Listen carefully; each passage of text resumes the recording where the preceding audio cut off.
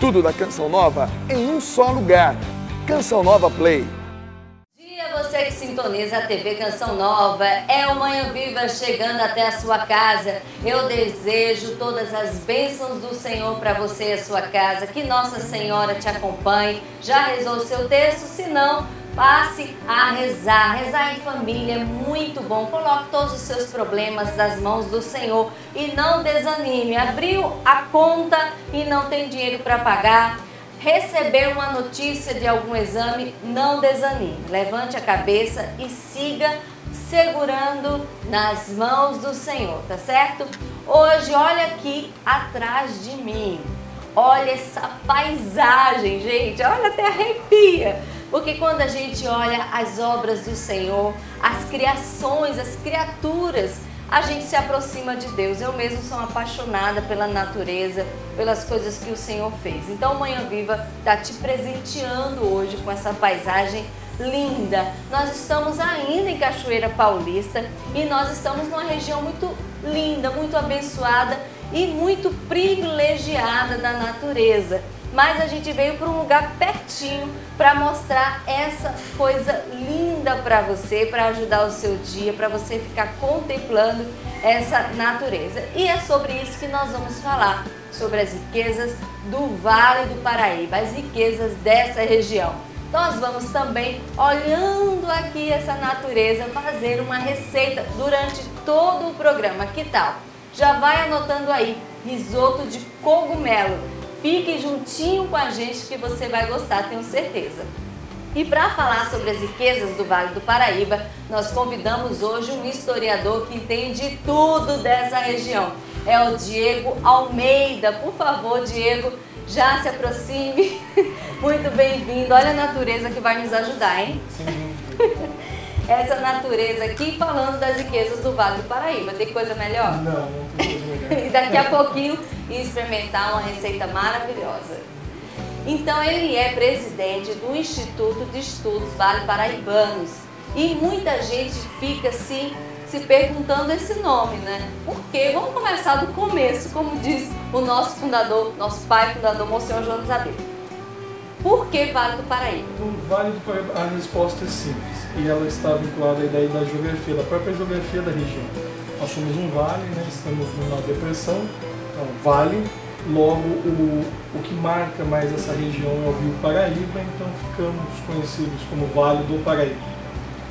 E fala um pouquinho sobre esse Instituto de Estudos Vale Paraibanos, que você é presidente. É uma honra estar presidente do IEV, o Instituto de Estudos Vale Paraibanos, né? A gente chama de IEV, outros de IEV, mas o IEV ele nasceu em 1973, foi fundado por professores da região, como o professor Zé Luiz Pazini, que era um grande amante do meio ambiente, do patrimônio.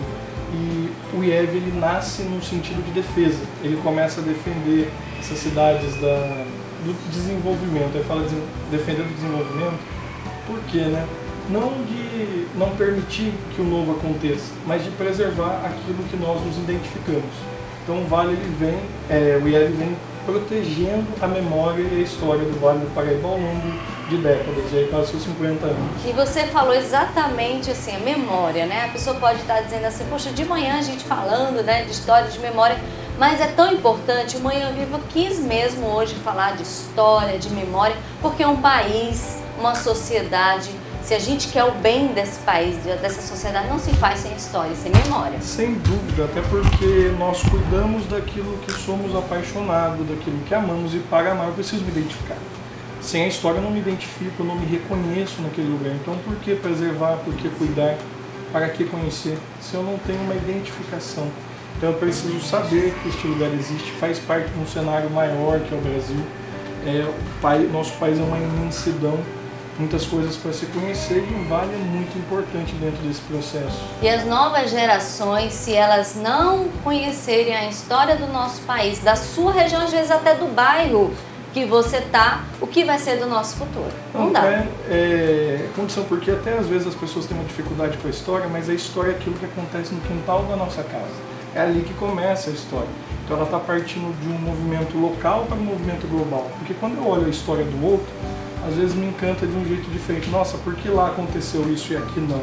mas é porque nós olhamos a história de um ponto que não é a chave. A chave é entender que eu sou parte desse movimento conhecido como história. Agora, qual a importância do Vale do Paraíba na história do Brasil? Vamos agora entrar para valer nessa história lindíssima que é o Vale do Paraíba. É claro, a gente está falando do Vale do Paraíba, nós vamos falar da história do Nordeste, nós vamos falar da história do Rio Grande do Sul, estamos falando de todo o Brasil, por que não falar da história de Portugal e um abraço aos portugueses? Mas nós estamos falando agora do Vale do Paraíba. Qual a importância da história do Vale do Paraíba para a história do Brasil? Qual foi a contribuição?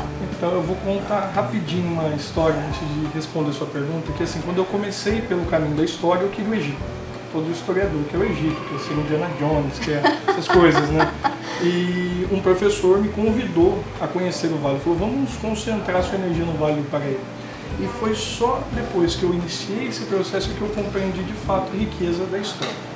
Vale do Paraíba, o Brasil acontece por aqui. Então assim, por quê? É daqui que as expedições dos bandeirantes, por exemplo, vão sair e vão conquistar as terras, vão transformar o Brasil num país de dimensões continentais. Então eles saem de Taubaté, Guaratinguetá, Piratininga, São Paulo, né, e vão avançar. Então a expansão do Brasil acontece pelo Vale. Depois, aí tem um professor que fala, o Brasil foi descoberto através do Vale do Paraíba, mas é descoberto no sentido de avançar, de expandir territórios. Mais tarde... Explica melhor isso, porque daqui a pouco tem um monte de historiador. Mas isso é bom, viu? Não, é bom, é debate. É que fala da expansão mesmo do país, porque quando nós falamos em descoberta, né, lá atrás, ela é muito de uma história de um outro país, Portugal. Sim. É importante para eles, é um grande feito para eles, mas para nós, Brasil, enquanto formação, ele vai estar se formando por aqui, através da Mantiqueira, então ele vai se expandir. Não que estamos renegando a nossa história, mas a expansão territorial do Brasil, a descoberta do ouro e esse movimento, né, que vai ampliar a nação. Outro ponto é a independência. Os recursos econômicos para que o Brasil, aí país independente, data importante para nós, 1822. A jornada de Dom Pedro I vai acontecer nesse espaço, saindo do Rio de Janeiro até São Paulo, e ele vai buscar recursos humanos e recursos financeiros para realizar a independência do país. Sem dúvida o café. Tudo que vai provocar o desenvolvimento do café começa com o ouro, que durante o processo de mineração, eles precisam passar por regiões, essas regiões eles vão fazer trocas de mulas, alimentação, então começam a nascer pequenos vilarejos, né, que seriam os pousos, e desses pousos começam a nascer essas vilas, que são as nossas cidades. Foi daí que nasceu o Brasil ser o maior exportador mundial de café? Sim, porque aí o Brasil ele tem uma coisa que ele faz até hoje. Quando um produto está promovendo muito recurso, ele investe muito naquele produto. Foi assim com o café, foi assim no período da extração do ouro, é assim com a soja. Então assim, o Brasil tem essa coisa, quando um produto começa a se tornar algo muito oportuno para fazer riqueza, o Brasil acaba investindo a sua energia nisso, mas sem pensar em algumas condições. É o caso do Vale, tudo isso aqui já foi café. Só que a não preocupação com a forma correta do plantio, plantavam em linhas retas, a chuva levava todas as propriedades da terra embora, enfraquecia o solo. E foi em pouco tempo, né? A gente está falando de riqueza do Vale do Paraíba, sobre o café, falando em comida. No começo do programa, eu falei que nós íamos fazer durante o programa, com essa paisagem linda, a gente ia fazer uma receita, mas eu não vou fazer não. Vai fazer, Diego? Não, também não. Você é bom de história, né? De cozinha não. Você é bom de cozinha? Não. Mas nós estamos com a chefe de cozinha, proprietária do restaurante Saúva. Nosso agradecimento, muito obrigada por nos proporcionar esse espaço, né? Por causa deles que nós estamos vislumbrando essa paisagem linda. E a Cristiane Melo, proprietária e chefe de cozinha, ela já está posicionada ali. E ela vai nos mostrar os ingredientes e vai começar a fazer essa receita maravilhosa. E, gente, com essa paisagem linda. Vamos lá para o outro lado?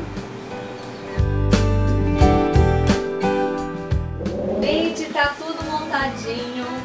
Bom dia, bem-vinda ao Manhã Viva. Obrigada a vocês. Obrigada pelo espaço. Muito obrigada a vocês pela oportunidade. Hoje nós vamos um prato que sai muito no restaurante, que é um risoto de cogumelos. E o que nós temos aqui de ingredientes? Tudo que a gente vai usar: azeite, alho, cebola, arroz arbóreo, queijo, caldo de carne. E eu acho assim que para fazer um excelente risoto, a gente precisa de um excelente caldo de carne. Como faz esse caldo de carne? Então, esse caldo de carne... Sempre foi a minha dúvida. Porque existem muitas receitas, né? Então, esse caldo de carne, ele vai todas as ervas que você não precisa comprar. Pode ser as ervas que você tem na sua casa. Certo. Salsinha, cebolinha, alho, cebola, entendeu? Para saborizar. Então, a gente vai pôr sabor nesse caldo.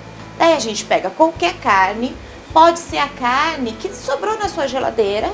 Você põe numa panela, põe 4 litros de água, as ervas e deixa fervendo para sair o sabor da carne.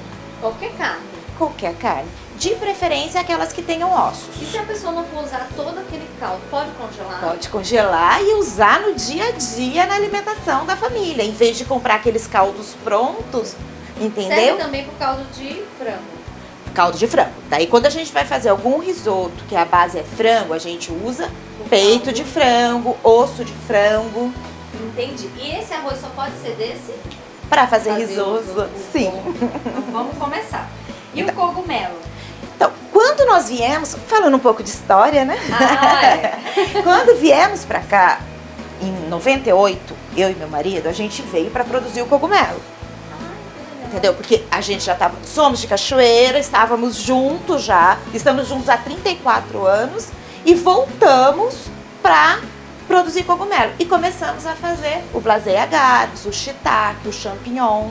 E a nossa paixão é o cogumelo e a gente tem muito desse cogumelo, de cogumelos frescos no restaurante. Ai, que legal. Então tudo começou com cogumelo. Tudo. Viemos para cá para produzir cogumelo. Que na verdade, a minha formação, eu sou advogada, meu marido piloto de helicóptero e viemos para cá para estar juntos e produzir cogumelo. Que legal. Então a gente começa no azeite, tá? Certo. Uma colher de sopa. Panela quente já, né? É, Já quentinha, né? ela já estava aqui aquecendo, tá? Daí a gente vai pôr cebola. E esse coentro aqui, ele vai também? Não, esse aí eu só pus uma demonstração para mostrar que a gente finaliza com azeite de ervas. Ah, nossa, tá cheiroso, viu? Esse assim, daqui eu já senti o cheiro. Então, porque assim, as pessoas elas falam muito assim, ai, mas risoto é muito calórico. E é isso que a minha preocupação, não deixar o risoto calórico. Por quê? Não vai creme de leite, vai só um pouquinho de parmesão, cogumelo fresco, caldo de carne fresco, pra ficar menos calórico, porque as pessoas elas gostavam muito de pôr creme de leite, daí realmente ficava muito calórico. Não precisa, se seguir essa receita não vai precisar. Se você perder alguma coisa dessa receita, vai estar lá no nosso Instagram, tá bom? Você pode pegar a receita completinha, tanto o programa completo no Play Canção Nova, você pode aqui acompanhar, porque tem gente que gosta de cozinhar e eu gosto também, viu? Tem receita que eu fico assistindo o vídeo todinho. Então você pode pegar o programa todo, ou então a própria receita mesmo, com os ingredientes, tá bom? Não se preocupe, tá? Aqui ficou transparente, tá vendo? Transparente, certo. Ficou transparente, a gente já entra o arroz, tá? Certo. É o arroz é bom. E agora... Arroz arbóreo. E agora nós vamos mexer. Certo. Mais ou menos uns 20 minutos, para ele ficar com aquela cremosidade gostosa, sem incorporar o creme de leite. Não vai precisar, porque Não. também o tipo de arroz ajuda, é isso? Porque ele vai liberar muito amido aqui. Que legal. E vai água também? Não, Não só precisa. caldo de carne, nesse momento. Ah, depois vai o caldo de carne. É. Depois de você refogar, você coloca o caldo de Então, carne.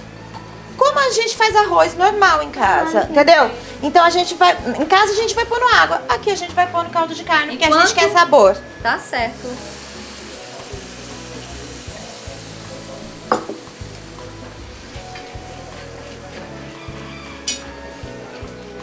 Ah, então não pode parar de mexer ou pode? Não. Não pode. Ah, Porque eu quero- segredinho. Porque eu quero gente. fazer a cremosidade dele sem o creme de leite. Ah, então não pode. Então eu tenho que liberar o amido. E outra coisa interessante aqui nessa região, porque começou com cogumelo, terminaram fazendo esse restaurante aqui nesse morro, muito bonito. E tem também a história religiosa, né? Tem. Como é que é? Então, quando nós viemos pra cá, a gente só fazia mesmo, a gente só pensava mesmo em fazer cogumelo, né? Só que daí, fomos fazendo cogumelo, chegamos a exportar.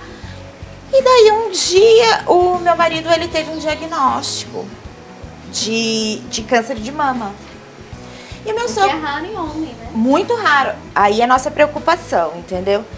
E daí o meu sogro, muito preocupado, fez uma promessa, mas a gente nem sabia, fez uma promessa pra Nha Chica que caso ele ficasse curado, ia levar a gente lá e ia fazer uma réplica da casinha dela aqui. Ele Ficou curado. Graças E graças a ele, assim, essa mata maravilhosa, ele planta todos os dias, ele não descuida de nada, sabe? Todos os dias ele planta 20 árvores, nós temos um viveiro. Quantas árvores por dia? 20 árvores por dia. Gente, olha, tem aquela frase, né? Pelo menos uma árvore por...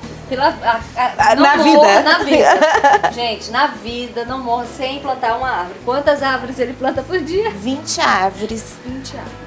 Ai, que coisa linda. Tanto é que você pode ver que a nossa mata, ela é bem fechada, ela tem a mata ciliar inteira feita, Coisa linda. diferente de a outra parte lá. Que bonito, né? Não pode parar de mexer, hein, gente? Pessoal que está acompanhando a receita em casa, é um segredo que a Cristiane está passando para nós. Você consegue ver que já tá liberando cremosidade? Tô. Olha, tá vendo? E diminui a caloria, porque a gente está sempre falando aqui no programa, Cristiane, sobre qualidade de vida, alimentação saudável. Então a gente também está passando o risoto para você com menos caloria, não é isso? E falando agora, enquanto a Cris está passando aqui, ó, continuando mexendo o arroz, eu vou passar o meu recadinho, que é sobre a água Canção Nova. Nós já estamos fazendo a distribuição no Sudeste, temos condições especiais para restaurantes, hotéis, pousadas, vale a pena. Ligue no 3186-2100 e saiba quais são essas condições especiais. De repente você tem aí um estabelecimento e quer unir também, agregar valor. O que é agregar valor? De repente eu já ouvi pessoas dizendo, nossa, eu fui comprar e vi que tinha nesse estabelecimento a água Canção Nova, que bonito. Esse dono desse estabelecimento, ele deve ter uma espiritualidade. Se você quer agregar valor e quer oferecer aos seus clientes a água Canção Nova, nós temos condições especiais para você, donos de estabelecimentos. O telefone é 3186-2100, a água natural Canção Nova, tá bom? E nós vamos agora, enquanto a Cristiane está mexendo aí o risoto, nós vamos voltar para saber como ficou essa receita. E é claro que eu vou convidar o Diego e mais a Fernanda para a gente experimentar. Se deixa, né, Cris? Lógico, um prazer. E nós estamos falando hoje sobre as riquezas do Vale do Paraíba. O Diego, presidente do Instituto de Estudos Vale Paraibanos, ele está nos ajudando a entender a importância dessa região para a história do Brasil. Eu falei também que a gente vai falar sobre todas as regiões do Brasil, mas hoje estamos falando sobre esta região. A nossa repórter, Fernanda Ribeiro, ela foi numa fazenda em Bananal que justamente preservou esta fazenda nesta época em que tinha escravos, né? E ela mostrou com detalhes como era esta época. Vamos ver essa reportagem? As curvas são da região que já foi uma das mais ricas do país. Pelo Vale das Serras da Mantiqueira e Bocaina, chegamos a uma das 70 estâncias turísticas do estado, o município de Bananal. Com nome de origem indígena, a cidade foi fundada em fevereiro de 1785. Já foi lugar de passagem do ouro de Minas Gerais e se transformou com as plantações de café. Os vestígios da época do Império fazem do município uma riqueza histórica nacional. Em busca desse conhecimento, nosso tour começou pelas fazendas. As residências oficiais eram de fachada imponente, escadarias longas e vidros à mostra simbolizando a nobreza, já que o material vinha da Europa. As fazendas Resgate e dos Coqueiros também mantêm na parte interna toda a estrutura e tradição de 1800. A começar pela lavagem das mãos no hall de entrada. hábito de higiene dos senhores que experimentei e aprovei. E a gente continua essa Nossa, muito bom. Um passeio encantador pelos cômodos curiosos, como as alcovas, os quartos sem janela, no banheiro, muito moderno na época, também pelas nobres áreas de jantar e pelas salas que deixam qualquer um sem fala por tamanha beleza. Nossa, eu fico assim imaginando na época, né, do pessoal chegando, fazendo as festas. Muito lindo, maravilhoso mesmo. Os objetos mais comuns chamam ainda mais atenção. Dá para saber como se aqueciam, ouviam uma boa música e como os casais de namorados se sentavam em público. Isso sem falar na decoração. Paredes que retratavam a fauna e flora do país e, claro, o principal cultivo da época, como expressou tão bem o pintor espanhol José Maria Villaronga.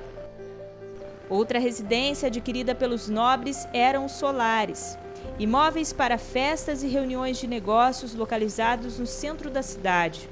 O mais famoso de Bananal pertenceu a Manuel Aguiar Valim, fazendeiro que chegou a ser dono de 1% do PIB do país.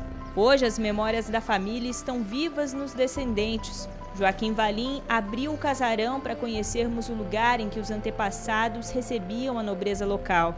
Aqui era o salão de festas, onde o Manuel de Aguiar Valim recebia seus convidados ilustres. A gente tem que guardar com todo carinho e lutar para preservar. Com o sucesso do café, os fazendeiros se uniram para uma das mais tradicionais construções. Instalada em 1889, a Estação Bananal tem mais de 2.000 placas de aço polido vindas da Bélgica para um fim muito importante. Para esse deslocamento do café ser mais rápido e com maior quantidade também. A influência dos nobres também chegava às igrejas. A matriz Senhor Bom Jesus do Livramento, no coração do centro histórico, preserva os balcões onde participavam das missas e também outras curiosidades, como os bancos determinados para homens e mulheres. A riqueza conhecida pelos hábitos e bens ficaria maior com a possibilidade do tráfico de escravos. Nas fazendas, os objetos de repressão e tortura fazem referência a um dos períodos mais duros para a população negra no Brasil. Era escolhido pelos dentes, se tivesse todos os dentes perfeitos, né? Porque ficaria muito perto da família. Os outros não, outros só na lavoura mesmo. Um escravo de trabalhar na lavoura valeria um carro popular de hoje e o reprodutor valeria um carro importado de hoje. Esse é o lugar que a gente aprendeu a conhecer pelos livros de história. Aqui era uma senzala que abrigava cerca de 40 escravos que trabalhavam em casa. O local está exatamente como era na época. O chão de terra batida, as paredes descascadas e até a ventilação bem precária, como a gente pode ver. Os senhores achavam que ficar aqui era um privilégio porque o lugar fica bem embaixo da casa principal.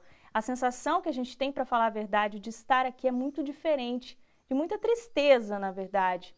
E tudo é preservado assim para que as pessoas que venham conheçam o mal do passado e tenham a consciência que nunca mais vai se repetir no presente. A gente sair dos livros e ver realmente a realidade, né, dos nossos antepassados é uma coisa que emociona, né? E por falar no presente, esse anda bem tranquilo por aqui. A Bananal de 2018 fascina pela criatividade do artesanato. Mas a simplicidade da rotina nas praças ainda é comum. Aliás, essa paz é que faz com que o morador há quase 90 anos não deseje outro lugar no mundo para viver. Prefiro minha cidadezinha, até Deus me chamar.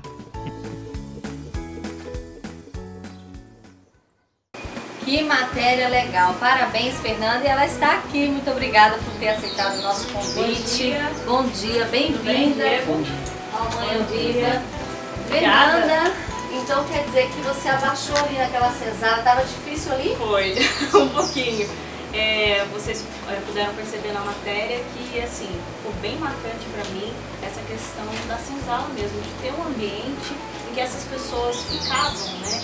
E hoje em dia o preconceito ainda existe, infelizmente. A gente quis levar isso para a matéria, mostrar esse local, para deixar claro para as pessoas que, enfim, a gente não tem diferença, todo mundo é igual e tem que ser assim, né? E é um local de visitação, né? As pessoas vão lá com o intuito de conhecer a história, que era o que a gente estava falando no primeiro bloco. Exatamente. No dia que a gente foi, tinha algumas famílias lá, a gente fez o povo fala, que a gente diz, né, na reportagem, e essas famílias disseram da impressão, né, de estar lá. Vocês puderam ver na matéria que, inclusive, teve uma pessoa que disse assim, é como a gente tivesse saído dos livros de história, né, tá andando, vendo os objetos lá, vendo os locais, podendo tocar e entrar, a senzala é aberta, né, para que as pessoas possam entrar. E isso é bem importante também, para todo mundo que quiser pode ir a Bananal conferir também esse local. E a preservação, né? Deu para perceber que está muito preservado, e é quantos séculos, né? Sim, está bem preservado, tem os objetos, né? Como a gente pôde ver na reportagem. O legal é ver, por exemplo, o ferro de passar, né? Que a gente usa no nosso dia a dia, como que eles usavam na época. A gente deu um texto, você sabe que nessa reportagem a gente tem pouco tempo, né? Ficou muito conteúdo de fora, infelizmente. Mas você conseguiu falar tudo em pouco tempo, né, Diego? Sem dúvida. Mostrar a Bananal é a parte rica do nosso período de café, né? Uma das maiores produtoras. E ver que ainda existe essa história muito pela paixão daqueles que vivem lá, porque ali não existe um incentivo, é próprio dos fazendeiros, dos donos daquelas casas de preservação. Então Bananal é fantástico, é entrar no século XIX assim de cabeça. A gente vai falar sobre esse roteiro, inclusive a Fernanda disse que desta matéria surgiu um quadro fixo do jornal, exatamente mostrando qual o roteiro. E a gente vai falar bastante sobre esse roteiro desta região, que também é um dos objetivos do programa de hoje. A gente vai para um breve intervalo, porque ainda tem risoto de cogumelo. Você quer experimentar? Vou experimentar hoje. Você quer, Diego? Eu quero, o cheiro tá muito bom. O cheiro tá vindo aqui, gente. O cheiro tá muito bom. Olha, espera por nós, não sai daí, é bem rapidinho, tá?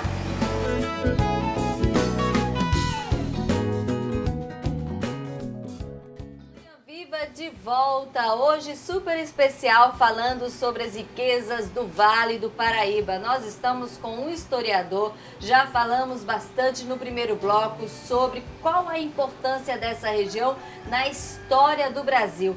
Também começamos uma receita de risoto de cogumelo. Nós vamos saber daqui a pouquinho como está a receita e também nós vamos experimentar, tá certo? Nós mostramos também a reportagem da nossa repórter Fernanda Ribeiro. Ela foi numa fazenda em Bananal que está muito preservada e mostra o tempo que ainda tinha senzala. Nós estamos levando para você a riqueza da história do Brasil, porque Manhã Viva também é cultura, também é história. É a TV Canção Nova levando para você já de manhã cultura, conhecimento. São 30 anos evangelizando, são 30 anos mostrando e com muito esforço, sem propaganda comercial, levando para você, porque foi um sonho que nasceu no coração do nosso pai fundador, Monsenhor Jonas Abib. Muito obrigada a você que acredita nesta obra. Vamos juntos evangelizar 30 anos da TV Canção Nova. E a Cristiane Melo, ela que trabalha aqui, proprietária e chefe de cozinha do restaurante Saúva. Nós estamos aqui com ela, ela começou a receita. E que ponto que está, Cristiane? A gente estava falando de cremosidade, né? Isso. Agora consegue perceber não bem é a cremosidade. mesmo. Não precisou de creme de leite. Não. Olha, quem perdeu, vamos só dar um toque. Primeiro você pode acompanhar tudo pelo Play Canção Nova, acompanhar todo o programa. Ou então nas nossas redes sociais, @Manhã Viva, a receita vai estar completinha. Mas ela, vamos dar uma colher de chá. Ela estava falando sobre o caldo de carne, que é muito importante, e também sobre o arroz arbóreo, que ela mexe e ele solta uma cremosidade. Ele libera o amido. Exatamente. E não precisa creme de leite e diminui a caloria. Isso. Gente, já tá num ponto bem gostoso, né? Agora, finalizando, né? A gente entra com o parmesão para dar mais cremosidade, né? Certo. E a gente incorpora e ele vai ficando cada vez mais cremoso no ponto do risoto. E a nossa... Gente, o cheiro tá bom, viu? O cheiro tá muito bom. E a nossa finalização é com azeite de ervas. Ai, gente, que a delícia. gente pega Já tá dando água as na ervas boca. na nossa horta, nós temos uma Tudo horta. fresquinho, né? Gente, o cheiro tá muito bom. Enquanto ela está finalizando, eu disse que no final do primeiro bloco que nós íamos falar sobre os roteiros do Vale do Paraíba. Diego, qual é o roteiro histórico que essa região oferece? Porque é muita história, né? O Vale do Paraíba é muito rico no que tange a história. O que dificulta é que às vezes não foi tudo trabalhado e esquematizado. Hoje nós temos pessoas que estão se envolvendo e tentando dar um caminho para esses roteiros. Mas o Vale, nós podemos falar do roteiro do café, por exemplo, que vai envolver as fazendas históricas, tanto em Bananal. Foi a fazenda que a Fernanda... Sim, lá possuímos Resgate, Coqueiro, Boa Vista, Luanda. Então, assim, é um movimento de fazendas. Duas delas que nós estivemos na matéria. E elas são muito ricas e, assim, um roteiro do café, Barreiro, Fazenda Paudalho, Fazenda São Francisco. Então, assim, tem um movimento que envolve esse período do Legal, café. Você está falando do roteiro do café, que você mostrou isso. É a história do café. Isso pelo Vale do Paraíba. Poderíamos falar da Estrada Real, que é um movimento que está mais associado a uma coisa mais esportiva. As pessoas gostam de fazer a trilha de bicicleta, a pé. Não pega só a parte do Vale Paulista, mas o Vale Fluminense, o Vale Mineiro. Então ela também se expande. Podíamos falar até em um roteiro de literatura. Vamos pensar que nós temos Monteiro Lobato, Euclides da Cunha, tantos escritores. Até é interessante, porque o Monteiro Lobato em Areias escreve, né? Aqui tudo foi e nada é, não se conjugam verbos no presente, tudo é pretérito, né? Tudo é passado. Euclides da Cunha, os ventos que tocam as roseiras de Campinas não são os mesmos ventos que tocam as palmeiras imperiais da melancólica Lorena. Falando da questão do progresso, da questão do café, mas mal percebia que nascia aí um movimento de escritores. Fantástico, o Vale foi rico em literatura. E não é só Monteiro Lobato, às vezes nós ficamos Monteiro Lobato, que foi grande para a literatura infantil, mas esquecemos de nomes que deram origem a uma série de outros escritores. Você sentiu essa história de perto, Fernanda? Senti. Eu sou do Vale do Paraíba, né? A gente disfarça na TV, mas o porta aí tá sempre no sotaque, né? Na raiz.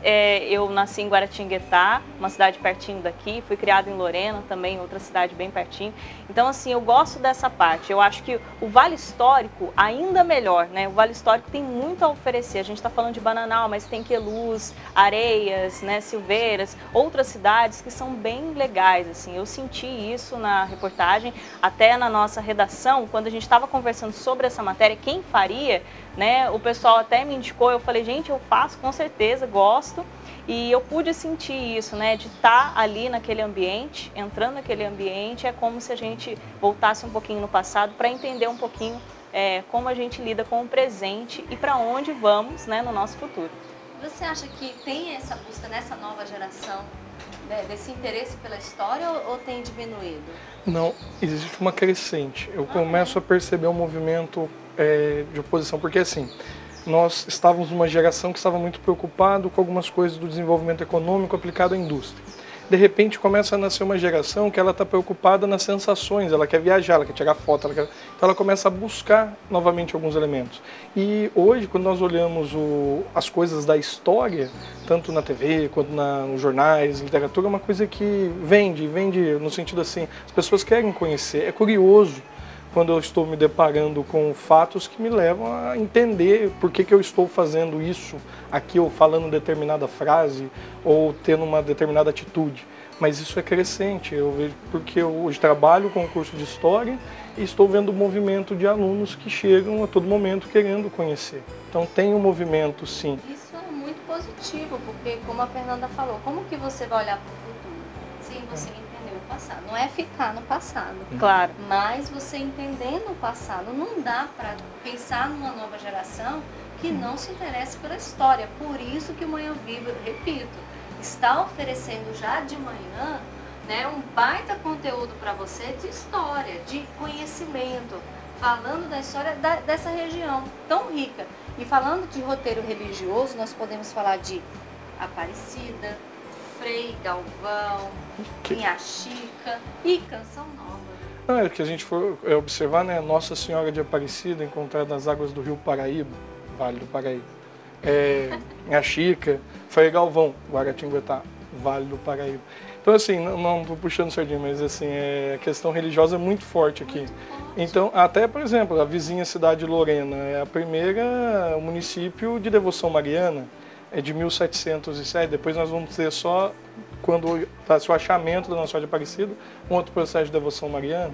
Então, aqui vai estar acontecendo. E esse movimento é fruto de toda a condição histórica, que quem chegava nessa região, quando ia formar um novo vilarejo, a primeira coisa que fazia era marcar o lugar da igreja. E no passado, o lugar da igreja é o lugar mais alto, ou seja, nada ultrapassava os limites da igreja. Investia-se muito no simbólico nessa questão, e o Vale é rico desse processo que vem da Europa para cá. E você mostrou na reportagem também a namoradeira, que é uma curiosidade também daquela época, né? Aquela sala, eu fiquei encantado com aquela sala. Eu acho que todo mundo, até que está assistindo a gente, tinha que conhecer. Aquela sala tem os objetos, né, antigos, e quando eu vi aquele sofá, né, ele é em S, né? O casal se sentava assim, um de frente para o outro, mas não tinha muito contato. Eu falei, gente, o que será esse sofá? Bonito, né? Diferente. Aí a pessoa que estava com a gente falou, isso aqui é a namoradeira, era como os casais ficavam na época. E eu falei, gente, vamos ter que mostrar isso, vamos ter que encaixar isso na matéria, que é uma curiosidade muito bacana, né? E às vezes a pessoa está nos assistindo, lembrando que a gente fala para todo o Brasil, a pessoa não tem hoje condição de vir para cá. Mas toda cidade tem um museu, toda cidade tem um lugar ali preservado, que preserva a história do bairro, da sua cidade, do seu estado. Vale a pena, não deixe de levar o seu filho para conhecer a história de onde você está. Sim. Né? Vale a pena. Eu acho que hoje a internet, né, a gente tem toda a tecnologia para isso. Então, o que a gente pode fazer? Acessar lá no nosso celular, no nosso computador, a internet, pesquisar esses locais, investir em roteiros assim, em viagens assim. Esses lugares não cobram muito, né? Não. Praticamente, muitos são gratuitos. E quando cobram, é uma taxa simbólica.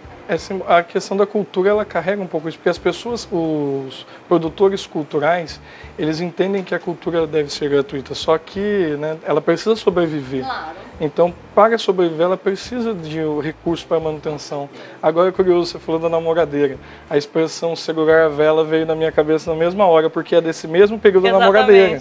Porque o segurar a vela era o seguinte, começava a anoitecer um pouquinho, alguém da casa ia, pegava um candelabro, acendia as velas e ficava perto dos namorados para, né?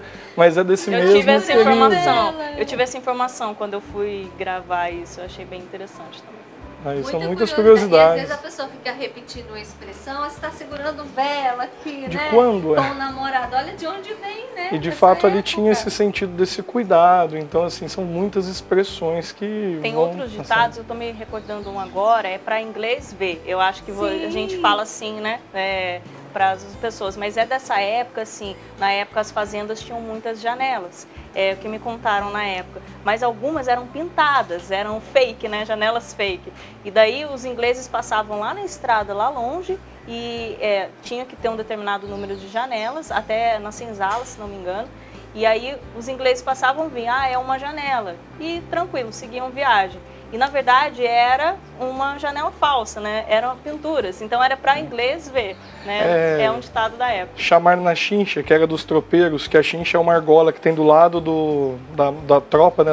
Da mula, e quando a tropa começava a escapar, ele puxava aquilo para trazer ela de volta para o caminho.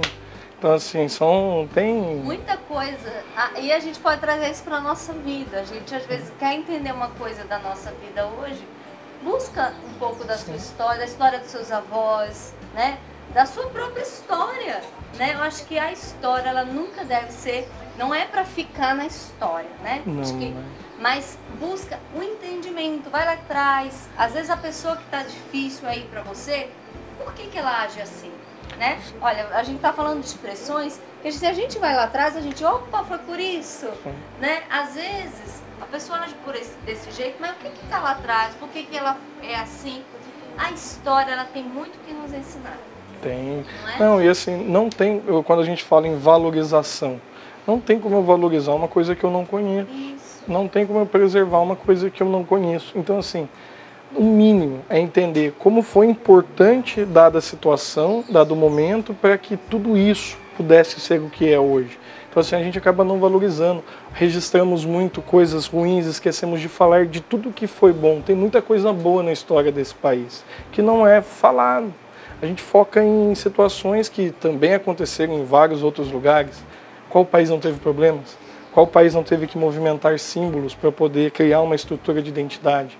Mas assim, o respeito ele nasce do conhecer. Então, se eu conheço, eu passo a respeitar, passo a cuidar e querer conhecer ainda mais. E aí você falava da questão do café, que foi mais importante na época para o desenvolvimento do Vale do Paraíba. Teve uma outra matéria-prima também? Não, o café sem dúvidas vai marcar, porque aqui todo mundo vai enriquecer com café. Tinha um pedaço de terra, eles plantavam café. O problema foi a forma como isso aconteceu, porque não durou muito tempo. Até tinha um ditado, avô rico, filho nobre, neto pobre, porque não durava uma geração, o café acabava e depois quando eles vão para o oeste paulista, eles já vão com uma outra ideia de plantio do café, aí lá vai funcionar. Mas aqui era primário, plantava-se muito, mas não tinha uma estrutura, não. E aí você começa a perder, porque durante 40 anos você tem uma produção interessante. Depois ela já não responde mais. Interessantíssimo. A pessoa pode ter esse conhecimento de que forma? Pela internet? Se interessou pela história do Vale do Paraíba? Sim, nós temos muito material. A internet é rica. Falar que não tem material na internet, hoje pesquisar se tornou muito fácil. As grandes bibliotecas do país estão digitalizadas, se não todo, grande parte de material. Você é autor de um livro, né? Sim, Maria Joaquina de Almeida, Senhora do Café, Francisco Odério Toledo, Guardião do Vale, mas a Maria Joaquina retrata exatamente esse cenário de café, né? Esse cenário de movimento, inclusive colocando a mulher no centro da história, porque uma coisa que me incomodava, onde estavam as mulheres? É como se não tivesse a mulher na história. Vamos continuar essa conversa. Que tal saboreando? Perfeito, ótimo. Chegou a hora, né? Porque olha o cheirinho e a Cris já me deu um ok aqui que tá no ponto. Perfeito. Vamos lá? Ser. Vamos.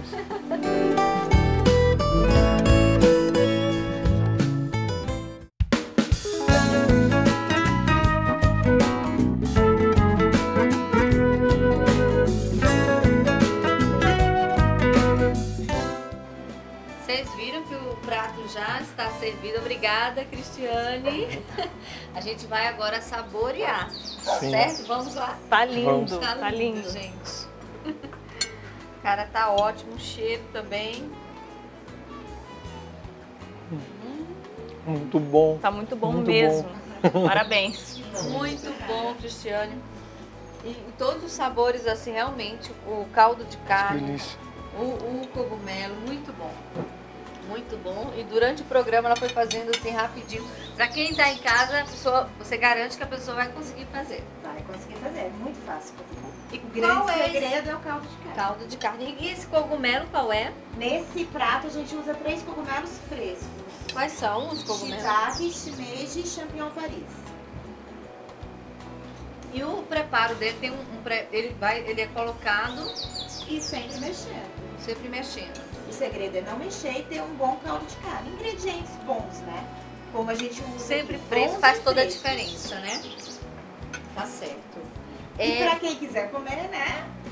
Final de semana a gente fica aberto, todo sábado, domingo, feriado, das 11 às 17 horas. É um prazer receber todo mundo. Ah, com certeza, né? Uma delícia dessa. Diego, você estava falando sobre o livro que retratava a questão das mulheres. Como é que foi isso, assim? Então as mulheres, elas têm um papel muito importante na história que não era levado em consideração talvez por um momento, porque a história ela também tem essa. Ela responde a uma dúvida de um momento. Hoje nós começamos novamente a falar da questão das mulheres e de outras situações que a história no outro momento não estava observando, e nós voltamos no passado para entender o movimento. E era a minha curiosidade, perceber como elas atuaram. O Vale do Paraíba mesmo, ele faz parte de uma sesmaria, de uma data de terra, a capitania de Itanhaém, que pertenceu a Mariana de Souza Guerra, condessa do Vimieiro. Paraty foi fundada por Maria José Lacombe, Maria Joaquina de Almeida em Bananal. É tão simbólico o poder dela, daí você vai falar assim, mas ok, o que ela fez de diferente, como é verificado esse poder? Em coisas pequenas. Um convite em que um filho, ela respeita a ideia do patriarcado, mas lá está escrito, Eu, Luciano José de Almeida, em nome de minha mãe, convido. Quem está convidando? É a mãe que é poderosa, a mãe que comanda, escolhe quem vai mandar. Então, assim, coisas que não eram faladas. Quanto tempo demorou para você fazer esse levantamento? Porque, na verdade, você estudou o protagonismo da mulher, mesmo que não tenha sido registrado, né? Sim, mas estavam nos documentos, é que a gente precisa voltar no documento para começar a perceber essa estrutura. Mas a Maria Joaquina foi uma pesquisa de 4 anos, no total, 2 anos de produção, 2 anos de pesquisa. Em uma época em que a mulher não era protagonista, na verdade, né? É muito bacana o livro, por isso, né? Trazer onde estavam as mulheres, né? O Diego falava anteriormente, e com o livro a gente pode perceber isso, né? Saber da importância do papel da mulher nessa época. Sim, e em toda a história. E aí a história, ela respondia ao homem. Então, por responder ao homem, ela acabava contabilizando e dando notoriedade aos feitos do homem. E as mulheres foram ficando à margem. Apesar que a lei proibia que a mulher agisse, a lei impedia que ela tomasse a frente, mas no dia a dia, no cotidiano, as coisas precisam acontecer, e aconteciam. O que não era mostrado, as mulheres estavam fazendo, e hoje nós conseguimos identificar isso tranquilamente na documentação. É claro que a luta para que essa emancipação acontecesse foi grande. Aí depois nós temos a Berta Lutz, mulheres, a própria Dona Carlota Pereira de Queiroz foi a primeira deputada, que tem raízes aqui também na região, em Lorena mais especificamente. Ela vai brigar pela questão do voto. Por que a mulher não pode decidir o futuro do país? Então, assim, coisas que foram acontecendo, que nós fomos nos esquecendo. E agora cabe a história recuperar. E outra curiosidade, você falava durante a reportagem que tinha uma acomodação para quem estava visitando a fazenda. Sim, eram as alcovas, né? Os quartos, na verdade, sem janelas, né? Que na tradição era assim, os fazendeiros tinham que oferecer uma acomodação para o viajante, né? Para quem estivesse passando ali pela fazenda. E aí ele colocou, o medo, né, na época de violência, enfim, ele colocava essa pessoa dentro desse quarto. E essa pessoa ficava, ele na hora de dormir trancavam as portas e essa pessoa só saía no outro dia, né? E também era uma proteção, na verdade, para as filhas, né? Para as mulheres que haviam na época.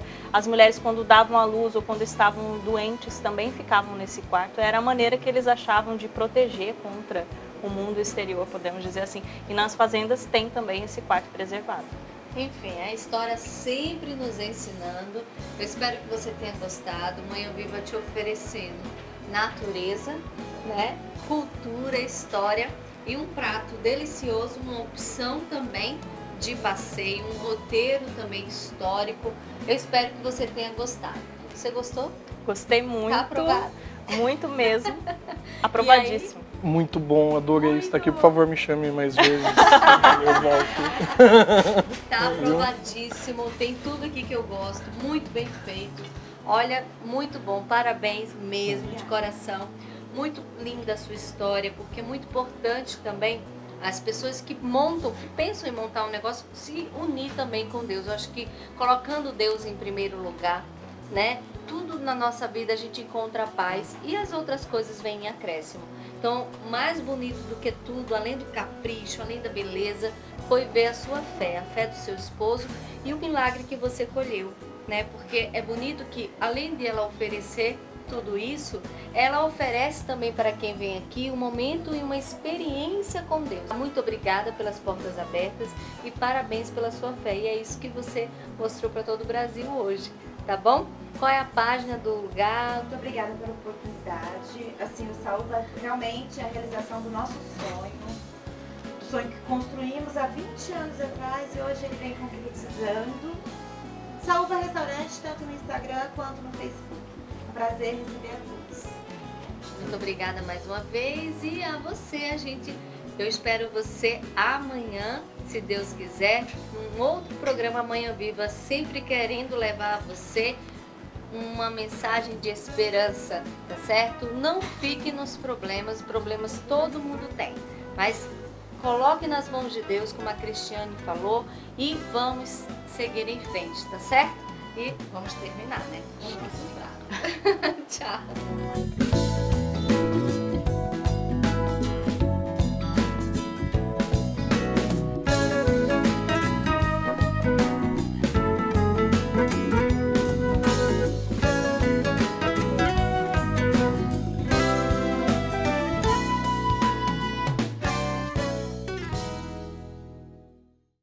Tudo da Canção Nova em um só lugar. Canção Nova Play.